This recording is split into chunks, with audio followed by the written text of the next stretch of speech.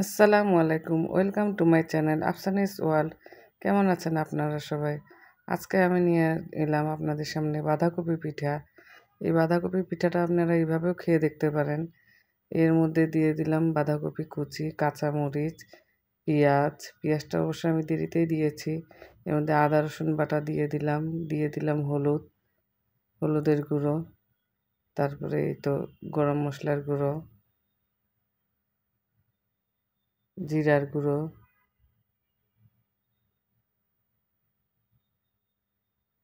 ধনিয়ার গুঁড়ো,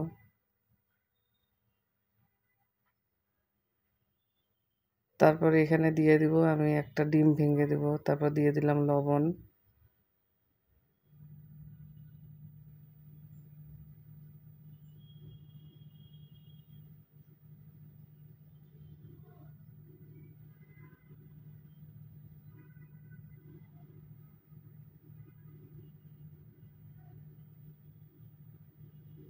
তারপরে একটা ডিম ভেঙে দিব,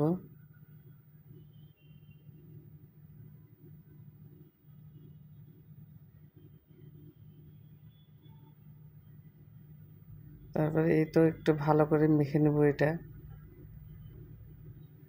মশলাগুলো এবং ডিমটা বাঁধাকপিটা যেন মিক্সড হয়ে যায়, এই জন্য ভালো করে মেখে নেব।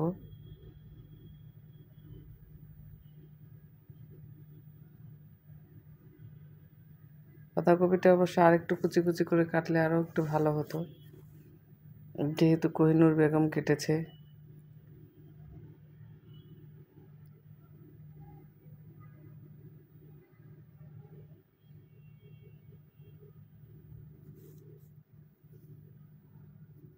তারপর এখানে দিয়ে দিব চালের আটা,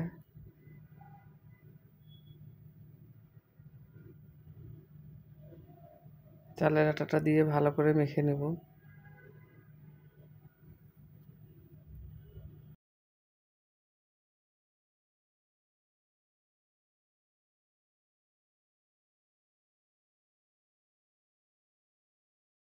তারপরে এখানে আর একটু আটা দিয়ে পানি দিয়ে নিলাম,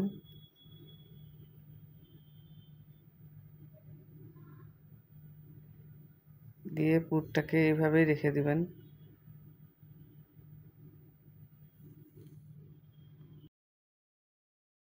তারপরে এই তো আমি পেঁয়াজ দিতে ভুলে গিয়েছিলাম, এখন মনে পড়লো পেঁয়াজের কথা। আমি এখন পেঁয়াজ দিয়ে নিচ্ছি। আপনারা পেঁয়াজগুলো আরও আগেই দিবেন, যখন কাঁচামরিচ দিবেন তখনই পেঁয়াজ দিয়ে নেবেন, তাহলে মাখাটা একবারে হয়ে যাবে। আমি যেহেতু পেঁয়াজ একটু পরে দিলাম সেহেতু আবার আমাকে মাখতে হচ্ছে। রান্না করতে গেলে এরকম ভুলভাল একটু হয়, একটু বয়স হলে তো আরও বেশি হয়। তারপর এর মধ্যে দিব ধনিয়া পাতা কেটে দিব,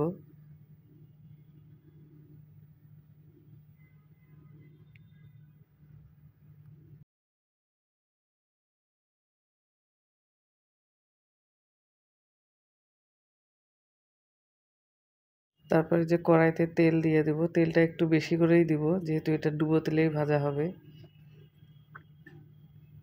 এভাবে করে অল্প আঁচ দিয়ে আস্তে আস্তে করে ভেজে নেব। আমার একটা ভাজা হয়ে গিয়েছে, আর একটা ভাজা আপনাদেরকে দেখাচ্ছি। তারপরে এই তো ভাজা হয়ে গিয়েছে, এইভাবে করে তেলটা দিয়ে নেবেন, তাহলে উপরে নিচে দুইটাই ভাজা হয়ে যাবে। এইভাবে করে বাঁধাকপি পিঠাটা ভেজে খেয়ে দেখবেন, খুব ভালো লাগবে।